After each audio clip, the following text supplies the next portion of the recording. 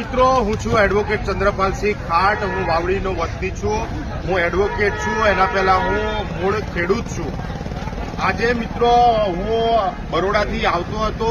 મેં અહીંયા નાસ્તો કરવા માટે ઉતર્યો. મેં જોયું તો અહીંયા આગળ ખાતર લેવા માટેની લાઈન લાગેલી હતી. આ લાઈનો આજથી નથી લાગતી, છેલ્લા 1 મહિના ઉપરથી આ લાઈનો આ ખેડૂતોને લાગે છે.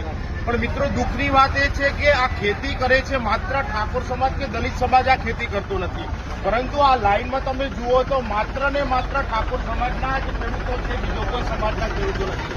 તો મારો પ્રશ્ન, મારો આ સિસ્ટમને સવાલ છો, કલેક્ટર મામલતદાર તમે 1.5-2 લાખ રૂપિયા પગાર લો છો, પરંતુ તમે સ્થળ સ્થિતિનું નિરીક્ષણ નથી કરતા. તમને એ ખબર નથી કે આ ખેતી કોણ કરી રહ્યું છે અને ખેતીમાં પરેશાન કોણ થઈ રહ્યું છે. તમે સ્થળ સ્થિતિનું પંચનામું કરો, નિરીક્ષણ કરો અને તમે આ પરિસ્થિતિનો તાગ મેળવો કે આ જે લાઈનો લાગે છે આ માત્ર ને માત્ર ઠાકોર સમાજને, દલિત સમાજની લાઈનો કેમ લાગે છે. બીજા સમાજવાળા શું કરે છે? બીજા સમાજવાળા સેટિંગ કરીને લઈ જાય છે કે શું? તો માત્ર તમે ભ્રષ્ટાચાર ન કરો, સ્થળ ઉપર ઉતરો.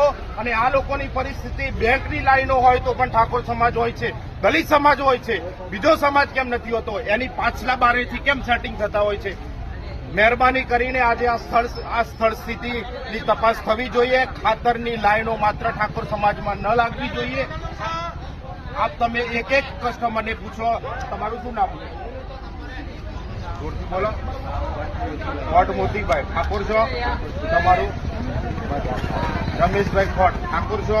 તમારું? ખોટ મુકેશભાઈ પક્કાભાઈ ઠાકોર છું. ઠાકોર છો, બરાબર. તમે ખાતર લેવા જાય છો? ખાતર લેવા જાય છો, બરાબર. તમારું?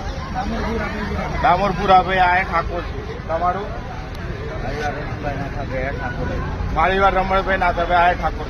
તો પરિસ્થિતિ એવી છે આખા અરવલ્લી જિલ્લામાં, ઠાકોરો માત્ર લાઈનોમાં ખાતરની લાઈન હોય, પૈસા ઉપાડવાની લાઈન હોય કે કોઈ પણ જગ્યાએ હેરાન પરેશાન થવા માટે હોય તો આ સમાજ પેલા મોખરે હોય છે. આ સમાજનો માત્ર રાજકીય હથિયાર તરીકે ઉપયોગ થતો હોય છે.